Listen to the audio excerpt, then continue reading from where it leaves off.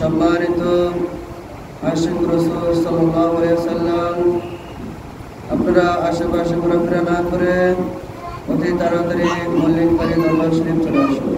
আল্লাহু আকবার, আল্লাহু আকবার, লা ইলাহা ইল্লাল্লাহ, আল্লাহু আকবার, আল্লাহু আকবার, ওয়ালিল্লাহিল হামদ। আলহামদুলিল্লাহ ফীহি লাইলাতুন ইয়া খায়রুম মিন আলফি শাহর ফীহা কানা নুজুলুল কুরআন। আল্লাহু আকবার, আল্লাহু আকবার, লা ইলাহা ইল্লাল্লাহ, আল্লাহু আকবার, আল্লাহু আকবার। আমাদের মুসলিমদের প্রধান দুইটা উৎসব, তার মধ্যে ঈদ হচ্ছে প্রথমেই আসে।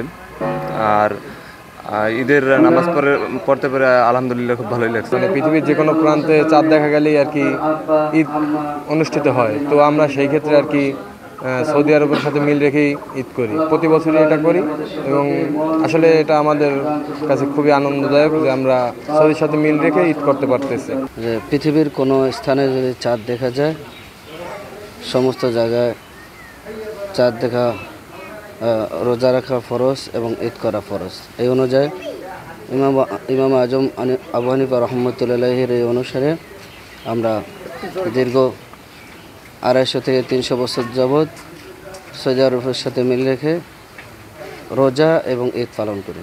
কাদরিয়া, সিস্তিয়া, জাহরিয়া, নকশবন্দি মোজাদ্দিদ তরিকতের আজকে আমরা ঈদ উল ফিতর উদযাপন করতে যাচ্ছি।